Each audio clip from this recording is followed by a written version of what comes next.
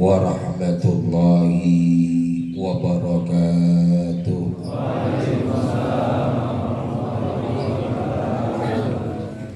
Bismillahirrahmanirrahim. Alhamdulillahi rabbil alamin. Wassalatu wassalam ala asrafil anbiya'i wal mursalin sayyidina wa maulana Muhammadin wa ala alihi wa sahbihi ajma'in. Rabbi shrah li sadri wa yassir li amri wahlul 'uqdatam min lisani yafqahu qawli. Hasbunallah wa ni'mal wakil, ni'mal maula wa ni'mal nasir, la haula wa la quwwata illa billahil aliyyil azim. Amma ba'du, yang kami hormati dan kami muliakan pimpinan Majelis Samamiyat Asyara, di antaranya Al-Mukarramun Ustaz Rusman SPD, Ustaz Ibrahim, Bapak Ibnu Imran, Ustaz Muhammad Irfan, dan juga yang kami hormati Mamanda Mu'alim Abdul Alim, Ustaz Hadis Muslim SE, orang tua kita Bapak Haji Warsan beserta jamaahnya, dan juga yang kami hormati pimpinan Majelis Al-Husain Bapak Haji Husain, dan juga yang kami hormati Ustaz Toha, Pak Haji Selamat, Pak D, dan juga yang kami hormati rombongan dari Majalengka dipimpin oleh Mang Tis, Ustaz Entis Sutisna, dan juga yang kami hormati sepupu saya Ustaz Saim beserta Ustaz Mansur dan jamaahnya, dan juga yang kami hormati sepupu saya juga Muhammad Madun beserta rekannya, dan juga yang kami hormati Bapak Sudirman beserta putra-putranya dari Ciracas, yang kami hormati Bapak Khair beserta Bapak Edi Supani dan jamaahnya, dan juga yang kami hormati Ustadz Teguh pengajian malam Jumat di rumah Bapak Tuhin dan Pak Saim, yang kami hormati Ustadz Rusdi Abu Jaki, dan juga Ustadz Abdurrahman, dan juga yang kami hormati Kiai Salam Nyengir. Ya Allah, ngumpet aja dia. Kiai Salam Nyengir beserta Ustadz Imran Rosadi, dan juga yang kami hormati Bapak Haji Agus beserta putranya Saudara Hafiz, dan juga yang kami hormati Mas Latif beserta jamaahnya, dan juga yang kami hormati Bapak Dharma dari Kodam beserta Bapak RT Yasin, dan juga yang kami hormati Mas Aris Wibowo dari Tangerang, dan juga Bapak Haji Yayan. Kesemuanya ya mohon maaf, Mas Tulus dan juga Mas Ebang Padil dari Jati Keramat, kesemuanya mohon maaf jika saya tidak sebutkan satu persatu, namun tidak mengurangi rasa hormat dan takdim saya. Puji syukur marilah Gus Edward, mohon maaf ada Gus Edar, selamat datang. Puji syukur marilah kita panjatkan kehadirat Allah Subhanahu wa Ta'ala. Salam dan sholawat semoga tercurah melimpah selalu kepada baginda kita Nabi besar Muhammad sallallahu alaihi wasallam. Hadirin bapak-bapak jamaah Majelis Samamiyat Asyara yang berbahagia, kemarin awal tahun 2024 kita mentalkin diri, kita menginstal diri kita. Ketika kita install, adakah perubahan dalam diri kita? Sebab menginstal diri itu bagian dari musyahadah, menyaksikan tentu dengan mata kepala kita. Cuma yang kita maksud kemarin menyaksikan kita install diri kita, yaitu menggunakan mata pikiran kita. Ketika mata pikiran kita yang berpusat di atas alis kita manfaatkan, insya Allah kita akan terima semuanya, bahwa ini adalah qadarullah Allah, takdir Allah terhadap diri kita. Bahwa sekali lagi dengan menginstal diri kita, sebetulnya apa yang kita inginkan pasti diberikan oleh Allah Subhanahu wa Ta'ala. Kecuali misalnya pengen tua, pengen muda, nggak bisa. Ya, tua mah datang dengan sendirinya. Kalau persoalan duit mah, masya Allah, sekali lagi berkali-kali saya sudah bilang, duit itu masih dicetak. Kita mati pun masih dicetak. Kenapa kita puyeng gitu loh? Gak usah puyeng sebetulnya, mohon maaf. Nah, dengan kita mengupdate diri kita, menginstal diri kita, kemudian dengan apa logika kita, pikiran kita yang selama ini mohon maaf banyak kejelekan orang lain yang bersarang di otak-otak kita, lupakan semuanya, lupakan. Sekali lagi, wajar kalau kita ingat mah boleh aja, tapi kadang-kadang kalau kebangetan ingat gedeknya lama sampai ke bawah kubur gitu ya. Dan kita juga ketika kita menginstal, hati-hati juga lidah kita. Sebab kalau kaki terkilir atau kaki terpleset tidak begitu berbahaya ketimbang terplesetnya lidah kita. Sebab kalau lidah mulai terpleset, orang yang kita tampar dengan kata-kata, orang yang kita caci maki dengan kata-kata kita, seumur hidup orang itu ingat. Sementara kehidupan ini sunatullah berjalan. Boleh sangat jadi waktu itu dia susah, kemudian menjadi sukses. Dia susah, dihina, anaknya jadi orang sukses, luar biasa. Makanya disinilah pentingnya sekali lagi kita melupakan.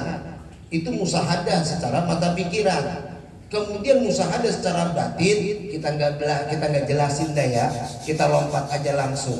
Syekh Muhammad Saman radhiyallahu an tadi yang dibaca oleh Ustaz Ibrahim, di sini dikatakan bahwa Syekh Muhammad Saman itu adalah melazimkan musyahadah, kemudian dan muraqabah. Tidak akan nyampe kita pada muraqabah jika musyahadah kita tidak jalankan. Syekh Saman itu melakukan tiap hari musyahadah dan muraqabah. Nggak mungkin ini kita kadang-kadang, mohon maaf, masa iya kita menyaksikan Allah? Siapa yang bisa menyaksikan Allah? Nggak ada. Allah begini, Allah begitu, enggak. Tapi sekarang bahwa Allah itu wujud, Allah itu berbeda dengan kita. Laisa kamitslihi syai'un. Nah, bahwa Allah itu berbeda dengan kita, tapi dapat kita rasakan kehadirannya. Semalam saya katakan, masa iya kita cuma melihat yang zahir saja, padahal dalam diri kita juga hal-hal yang hakikat, hal yang batin kita tidak pernah pikirkan. Contoh misalnya ketika hidangan di depan kita, nasi itu kan nampak ya, nampak nggak? Nampak. Kemudian kita bergerak, tangan kita masukin ke mulut masih nampak, tapi setelah di kerongkongan nampak nggak itu makanan? Kemudian diapain itu makanan? Tidak tahu. Itulah yang hakikat.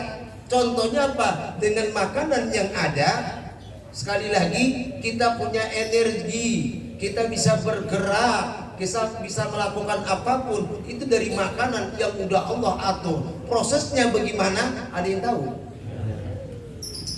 Nasi yang kita makan, buah yang kita makan diproses oleh Allah Subhanahu wa Ta'ala. Kita nggak tahu. Disinilah kadang-kadang mohon maaf, siapa Tuhan kita? Allah. Tapi keyakinan kita kadang berubah. Kadang berubah kita. Sekali lagi, memang kalau musahadah kita nggak kuasain, seolah-olah kita keluh kesah mulu, ngeluh mulu. Padahal ketika kita musahadah, rasakan di dalam diri kita, kita akan kesendirian, saudara. Anak ada, istri ada. Kemudian kalau kita musahadah, kita sendirian. Kita melakukan apa? Tiap hari cuman begini, dari begini ke begitu, begitu tidur, kemudian bangun tidur, begini lagi, begitu lagi, terus aja menerus begitu. Wajar jika kita stres. Kemudian udah kita lompatin lah musahadah, saya nggak mau cerita musahadah. Kita tingkatkan. Syekh Muhammad Saman muraqabah. Apa itu muraqabah? Selalu merasa diawasi oleh Allah, merasakan kehadiran Allah. Ada nggak kita merasakan kehadiran Allah? Kalau merasa ada kehadiran Allah dalam diri kita ketika kita berbuat maksiat, ketika kita berbuat dosa, nggak ada yang tahu ini. Kadang-kadang kita lupa juga kesuksesan kita, keberhasilan kita seolah-olah dari diri kita sendiri, padahal ada peran Allah terhadap diri kita.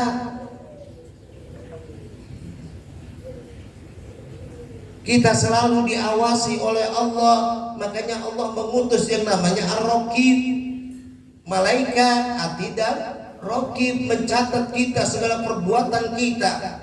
Masa iya perbuatan kita dicatat? Sekarang aja kita bisa mencatat diri kita kok. Kita berpikir aja. Ketika kita masih normal, kita berpikir seberapa banyak perbuatan baik kita, seberapa banyak perbuatan maksiat kita. Rata-rata banyakkan maksiat.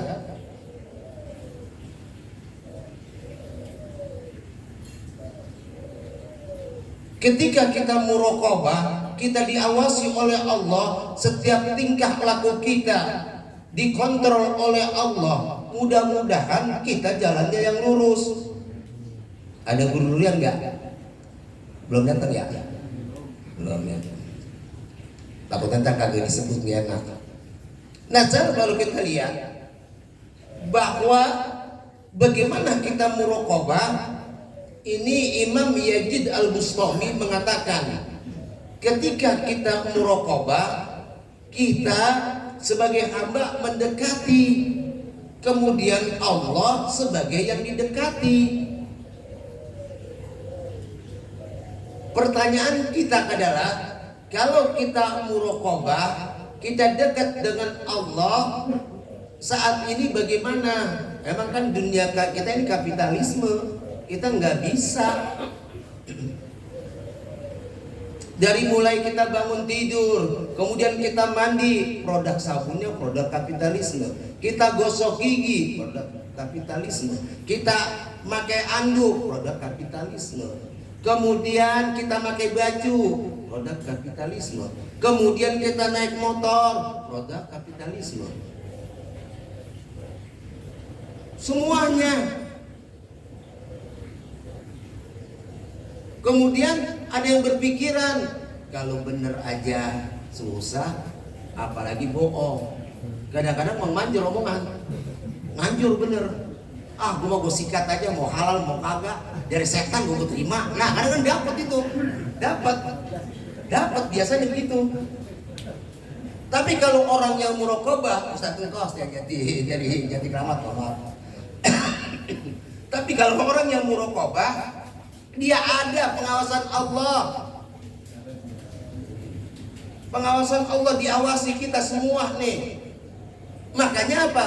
Pada tingkatan orang-orang tertentu, kalau sampai tahapan muraqabah memang pahit. Takutnya apa? Kalau begini mah bagaimana kita mencari makan, bagaimana nyari ini, nyari itu, kan begitu ya. Bahkan Ibrahim bin Adham wali Allah itu ketika pekerjaan dia nyari kayu bakar. Seorang raja yang mohon maaf, raja tempat tidurnya aja emas ranjangnya. Ada orang yang tempat tidur ranjangnya emas? Gak ada. Tetapi ketika dia bertobat, kalau kita ada pas segram juga apa yang dijual gitu kan ya. Ketika dia bertobat, kemudian dia menjadi tasawuf, kemudian menjadi orang yang sufi, kemudian setiap hari dia adanya di Masjidil Haram. Udah nggak butuh lagi apapun, cuman dia bergerak nyari kayu ke hutan, nyari kayu ke hutan. Kemudian pernah juga ada gerombolan tentara keder nanya sama Ibrahim bin Adham. Ya emang biasanya orang yang muraqabah itu nggak banyak bicara, diem, ditanya, Ki, gitu kalau bahasa kita ya. Ini saya tersesat di sini, kemana jalan keluarnya? Kata Ibrahim bin Adham, ke sana.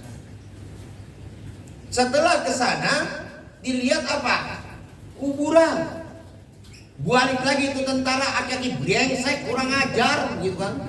Akhirnya ditemuin. Lu kalau nunjukin yang bener Ki, ditabukin tepak, sampai pingsan. Kemudian dia bangun, kemudian ditanya, brengsek lu Ki, kenapa gua tabukin? Lu kurang ajar. Gua kan ngajak jalan keluar, nggak perlu ke kuburan. Kata Ibrahim bin Adham, Anda itu tentara berhadapan dengan pasukan, ingat kepada kuburan, takarub ilallah. Akhirnya pada nangis semua tentara. Kalau kita coba ditabukin begitu, lah mati gitu ya. Nah bahkan ketika nyari hutan, dia jual, kemudian dia tawarkan ke warga-warga. Ketika ada yang beli, ditanya, Ibu, duit ini halal atau tidak? Jualan nanya duit orang. Sekarang mengetis jualan somai, Bapak. Kemudian ditanya, Ibu belinya pakai duit halal apa bagaimana? Lah kagak laku bocor kita. Gak laku. Itulah Ibrahim bin Adham, kena yakin kepada Allah. Takarub ilallah. Sekarang menjadi pelajaran buat kita. Kalau sudah takarub ilallah, dekat kepada Allah, kita mendekati Allah, apa yang disukai oleh Allah itu jelas dalam Al-Quran.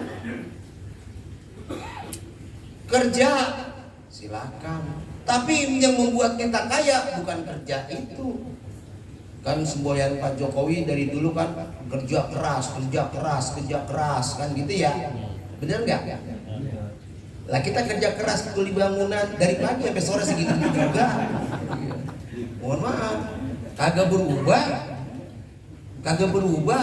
Kemudian juga kita berpikir kalau kita takarub ilallah, gaji kita sekian, kita berpikir buat kondangan, buat beli bensin, buat bayar listrik, buat bayar kontrakan, habis.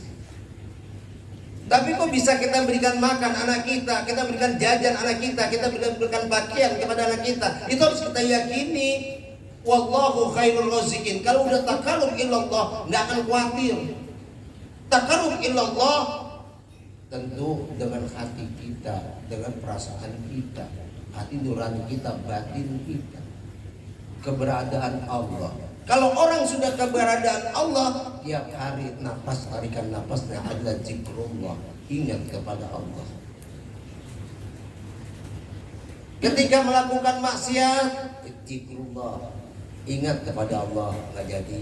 Ketika kita berbuat gini, zikrullah. Ketika kita dianggap susah banget, ingat Allah.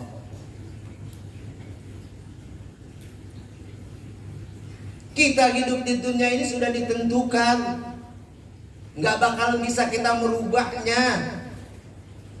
Emang peran kita masing-masing sudah dikasih peran, kemudian kita mengeluh dengan peran kita, kita lompat ke peran kita. Kita kan mohon maaf, manusia kan terlalu banyak ikut-ikutan. Ketika usaha ini, ya Pak Rohadi ya, Pak, ya Pak Rodi ya, Iya, kita usaha ini, dia cerita begini. Dulu aja tuh ngabisin dana berapa tuh, sayuran begini.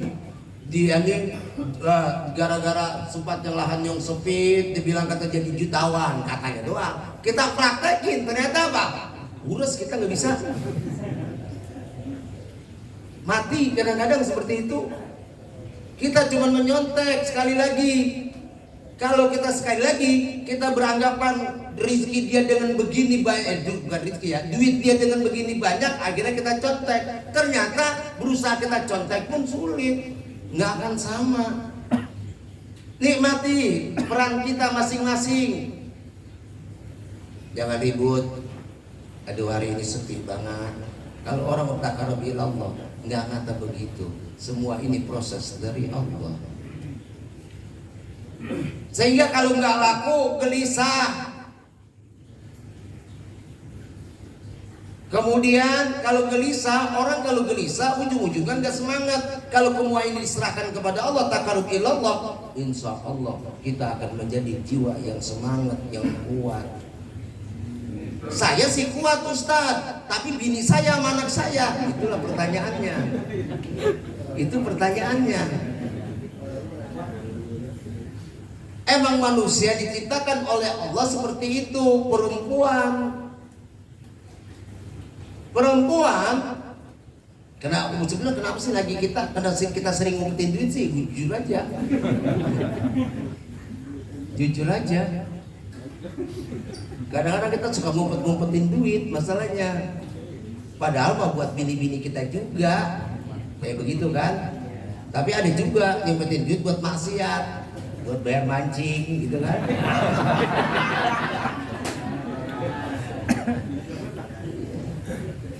Kayak begitu. Istri kita sebetulnya akan tahu kok. Anak kita akan tahu ketika nggak punya duit. Emang ketahuan wajahnya, waduh. Kalau kita nggak punya duit, bini jalan di depan kita pun ampun. Kita sekali lagi saya katakan, kita berani lawan preman, kita berani lawan ini, kita berani lawan itu. Tapi sama bini, coba. Sama istri, agak berani kita.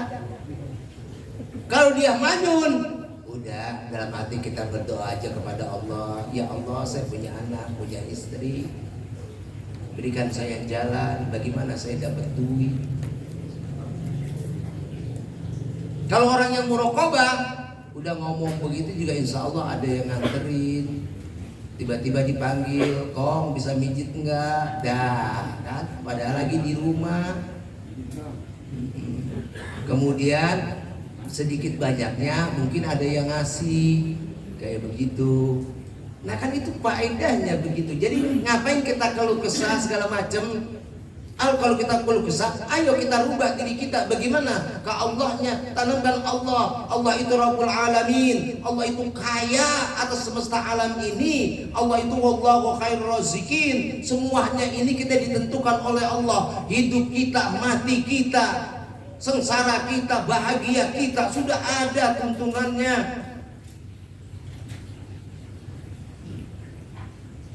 Sekarang bagaimana?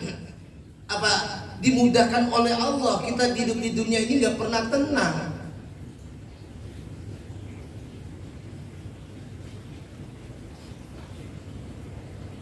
Berapa banyak orang sekali lagi ketika ada acara berpikiran nanti duitnya dari mana? Padahal masih seminggu, masih sebulan, dipikirin dari sekarang. Kagak bisa tidur, sakit kita. Udah santai aja.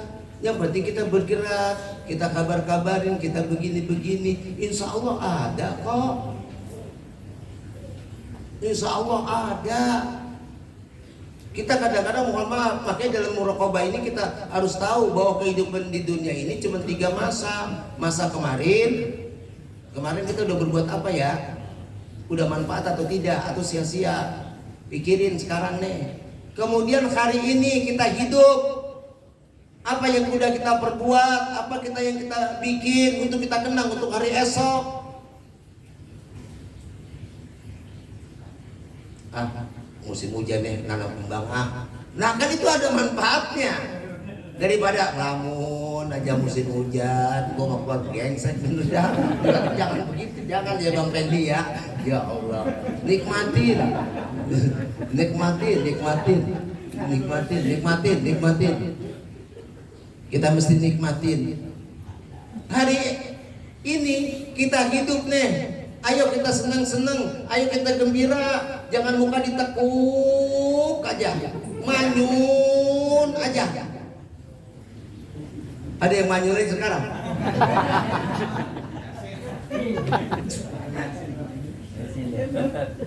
Sekarang kita mau buat apa? Yang ada kita nikmatin. Jangan pikirin yang kagak ada. Kita seneng, kita bercanda-bercanda mana kita enjoy. Iya, duit kagak ada.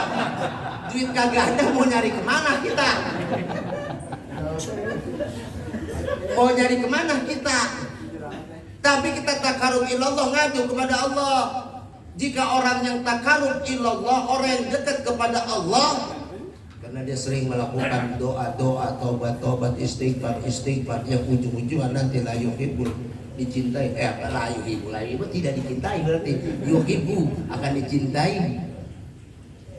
Kalau udah dicintai, udahlah pokoknya enak aja udah kita, gak usah pakai takut. Itu bukan posisi saya. Semua manusia punya posisi. Itu punya Habib doang, kagak, kita punya hak semuanya. Asal kita usaha, takarub ilallah, ingat kepada Allah apa yang kita pengen. Mohon maaf. Pengen bangun apa kita? Pengen beli mobil, pengen beli motor. Pengen beli mobil, misalnya nggak punya mobil, Allah udah ingetin. Bener, lu siap punya mobil? Siap, bener. Akhirnya beli mobil, seneng 3 bulan, kesononya bayar cicilan.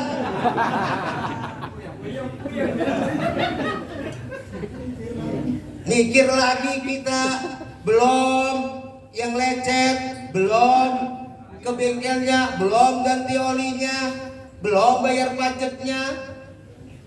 Allah lebih tahu bikin ribet lu apa kagak. Sekali lagi, takarub ilallah. Nah, kemudian kalau kita takarub ilallah, ini banyak contoh. Dia nggak berani macam-macam. Coba kita baca di surat Yusuf. Jelas ya. Nabi Allah Yusuf itu di dalam sumur, kemudian ditemukan oleh seseorang di dalam sumur lagi ambil air, keangkat. Itu dalam tafsir dikatakan 17 tahun di dalam sumur. Kalau 17 tahun di dalam sumur, makan sampai nganterin. Hah? Ya Bang Ibu ya, sampai nganterin. Kok bisa gede? Hah? Bisa hidup? Ini nggak bisa pakai logika kita. Gak bisa. Kalau orang yang takarub ilallah, jangan kira nggak diantarin makanan. Siti Maryam kan jelas dalam mihrab. Baca surat Ali Imran. Ketika Nabi Zakaria pengen nganterin makanan, udah ini lebih bagus lagi makanan. Jeruk udah bagus, anggur-anggurnya bagus, luar biasa. Siapa yang nganterin? Kadang-kadang keyakinan kita kurang ke situ, karena kita menggunakan otak kita, logika kita kagak mungkin. Tapi bagi Allah tentu itu sangat mungkin. Ketika Nabi Allah Yusuf kemudian diangkat, kemudian orangnya ganteng luar biasa. Wow, dia teriak-teriak, dijual Nabi Allah Yusuf karena kegantengannya. Yang beli seorang raja. Dibawa ke rumah, makin cakep, makin ganteng. Insyaallah. Kemudian lama-lama ratunya tertarik kepada Nabi Allah Yusuf. Siti Julaiha tertarik. Sekarang mohon maaf, ini ujian, godaan. Digoda oleh yang punya jabatan, perempuan cakep. Nah kalau kita misalnya, udah lu demen mau gua aja, gua kasih mobil Fortuner. Wow, orang cakep. Wah, kira-kira gimana kita? Hah? Kira-kira gimana? Oke. Kita mau udah oke. Tadi jajanin tiap hari, baju dibeliin, ini dibeliin, udah oke. Itu Nabi Allah Yusuf masuk ke dalam situ, kemudian digoda luar biasa oleh yang punya jabatan, orangnya cantik jelita. Kemudian apa? Ketika diajakin maksiat, apa Nabi Allah Yusuf? Ada pengawasan Allah. Nabi Allah Yusuf tahu perjalanannya, begitu susahnya kehidupannya. Saudara-saudaranya pada gedek, bakal pengen benci dia. Kemudian dia terangkat menjadi anak angkat seorang raja. Kemudian mohon maaf, kalau kita udah diangkat dari susah menjadi senang, kira-kira bagaimana? Lupa udah. Ujung-ujungnya apa? Dia udah ngejalanin dah. Yang penting gue senang, gue udah capek, susah. Nah, jawaban kita kan begitu ya. Gue udah capek, susah. Kalau gue misalnya kagak nurutin ratu, orangnya cakep, molek, montok, gemboy, lemot, waduh, pokoknya beautiful gitu ya. Gue udah cakep banget, luar biasa. Kemudian apa? Biarin. Dia bilang, ada Allah. Lari, saudara. Nabi Allah Yusuf lari, tidak mau melakukan perzinahan, persetubuhan. Kemudian lari, akhirnya apa? Ya namanya seorang ratu. Bahasa bisa dibalik. Mohon maaf, bahasa bisa dibalik. Kita siapa misalnya begini, terus melawan siapa? Habis kita, biar kita benar juga, udah diem aja. Bisa dibalik bahasanya. Ketika ketahuan apa? Dia teriak-teriak, Yusuf pengen memperkosa saya, Yusuf pengen memperkosa saya. Nabi Yusuf diam. Kata Yusuf enggak. Kemudian apa? Dibawa ke hakim. Ketika di hakim pengadilan, jika yang merobek baju depannya pasti dia dipaksa. Jika yang robek belakangnya berarti dia melarikan diri. Ternyata yang robek baju belakang. Kalah itu ratu. Kenapa? Ya Allah. Tapi udah nggak nyaman. Akhirnya apa? Daripada perempuan godain saya, kan diundang itu. Cakapannya luar biasa sampai kayak iris tangannya. Daripada saya digodain perempuan, lebih baik saya di penjara. Kira-kira mau nggak kita kalau kita aku daripada perempuan lu datang gue di penjara aja dah? Ada? Nggak ada. Ada. Orang yang takarubillah ya begitu. Itu jelas dalam Al-Quran diceritakan. Tapi mohon maaf, setiap dia melakukan itu tertulis dalam tinta emas dalam sejarah Nabi Allah Yusuf alaihissalam, bahkan sampai menjadi raja di raja ketika itu. Coba kalau kita mengikuti proses itu, memang pahit awalnya, tapi di balik itu luar biasa. Saya yakin orang-orang yang sukses bukan disebabkan karena dia males-males, tentu dia sukses dari perjalanan. Dari perjalanan kehidupannya. Begitu juga Nabi Allah Yusuf alaihissalam. Ketika diajarkan maksiat, dia taqarrub ilallah, dekat kepada Allah, ada pengawasan Allah. Ada kita misalnya, rambutan, lagi buah musim rambutan tuh. Orang kagak ada, orang di Jakarta kemudian kita gesek aja. Kagak ada yang tahu sama siapa. Ayo oke, gua karung tiga.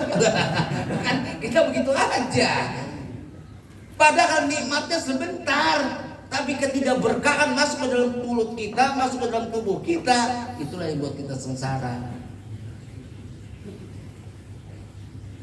Tuh cerita taqarrub ilallah Nabi Allah Yusuf alaihissalam sampai luar biasa. Nabi Allah Yusuf itu luar biasa karena dia menyatakan udah taqarrub ilallah, semua yang ngatur Allah. Ketika dalam keadaan seneng, semua panen, kagak pada berhasil, kelaparan di mana-mana, saudaranya datang dari Palestina ke Mesir.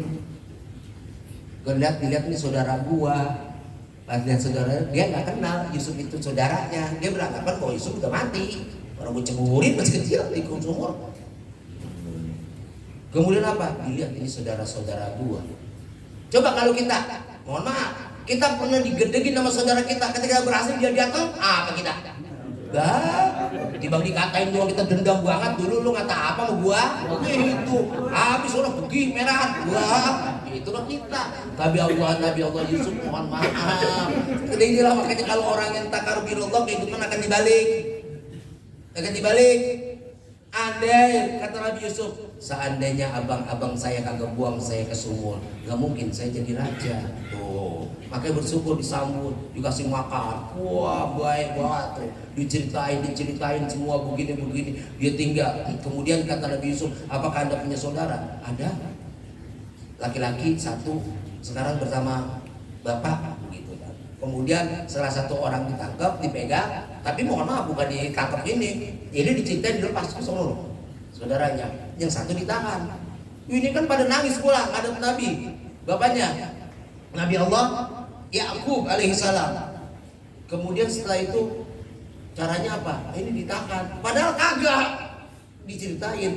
Abang itu saudara saya. Lah, kamu Yusuf? Iya, saya Yusuf, bang. Yang pergi diusir ini dianggapnya apa? Saudaranya ditahan. Padahal di situ diberikan fasilitas yang sangat luar biasa supaya ngalang-ngalangin bagaimana Bunyamin dan bapaknya.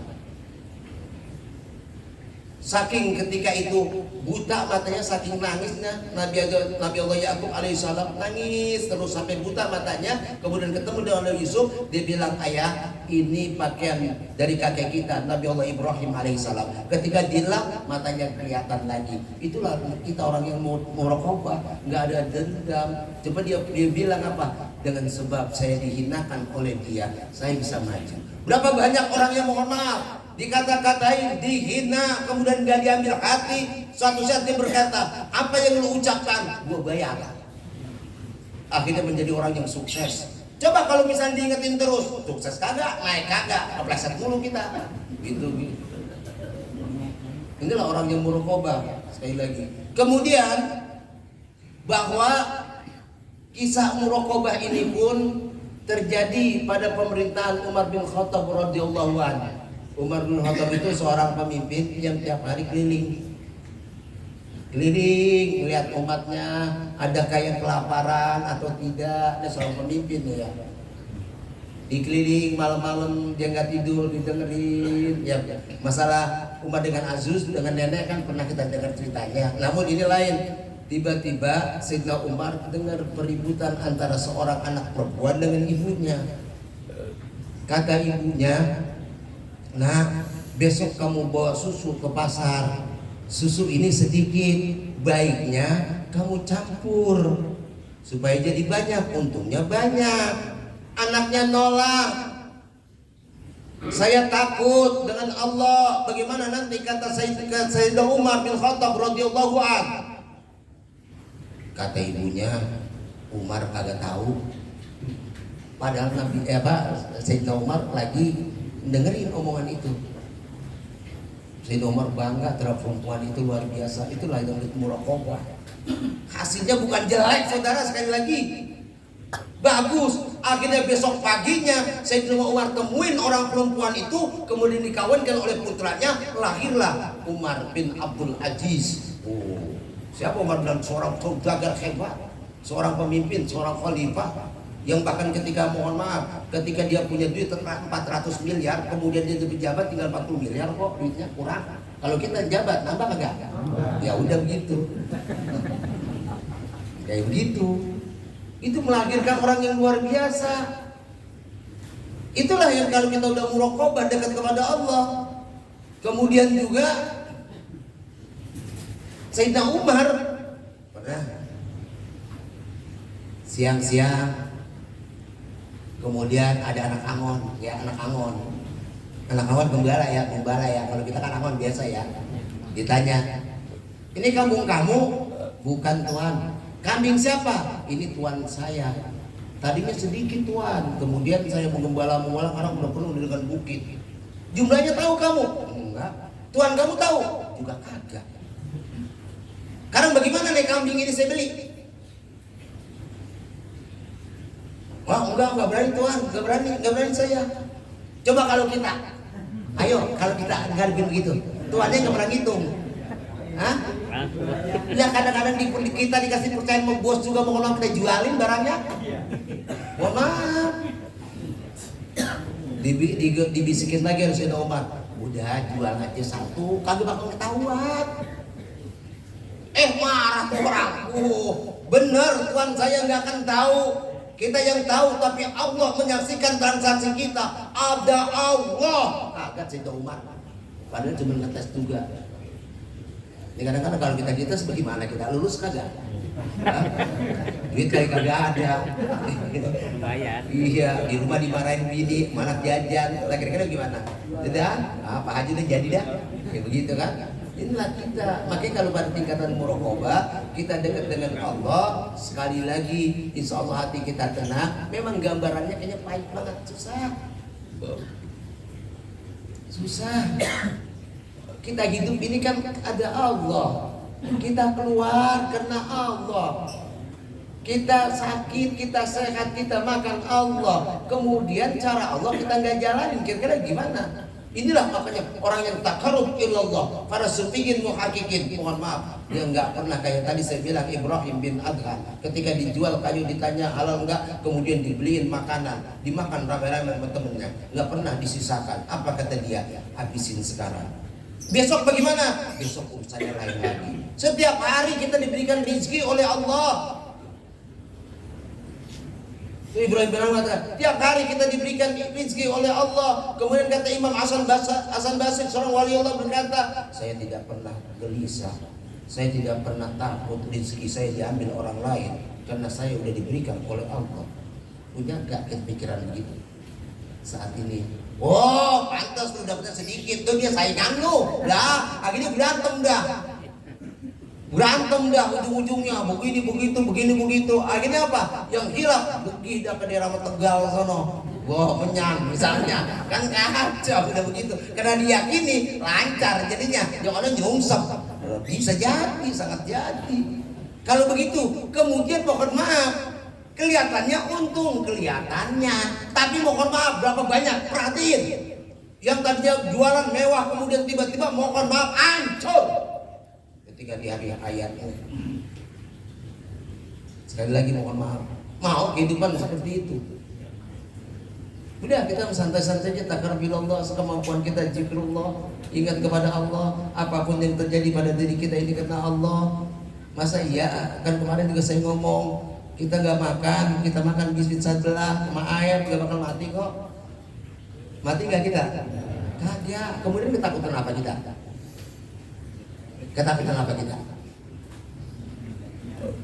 Ketakutan apa kita? Itu loh masalahnya. Ya Allah, kita nikmatin. Sekali lagi ya, muraqabah, dekat kepada Allah. Kemudian ini untuk berapa menit ya? 9:30 ya. Sebentar lagi, kurang lebih 10 hari. Mungkin ada kaitan dengan muraqabah kepada Allah. Tanggal 14 Februari akan diadakannya pemilu presiden serempak, pemilu legislatif serempak. Kemudian mohon maaf, pemilu haram, nyoblos haram. Saya bingung kalau ada ustadz atau kiai mengatakan haram. Sekarang kalau memang kita ngikut kemudian haram, sambil makan aja, boleh. Kalau sekarang mengatakan haram, kemudian mohon maaf, kita umat Islam mayoritas. Sekarang yang mimpin orang-orang nasionalis, orang yang Islam tapi anti agama, ujung-ujungnya kayak begini kita lagi bangsa. Penentu 5 tahun ke depan, sekali lagi saya pesankan, ada calon pasangan presiden kira-kira meyakini yang mana benar, silahkan. Tapi apa yang kita coblos akan berisiko kepada diri kita, kepada orang banyak.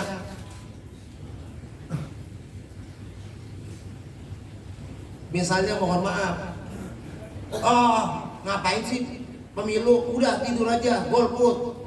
Ini orang yang nggak ngerti sekali lagi. Coba lihat Al-Quran.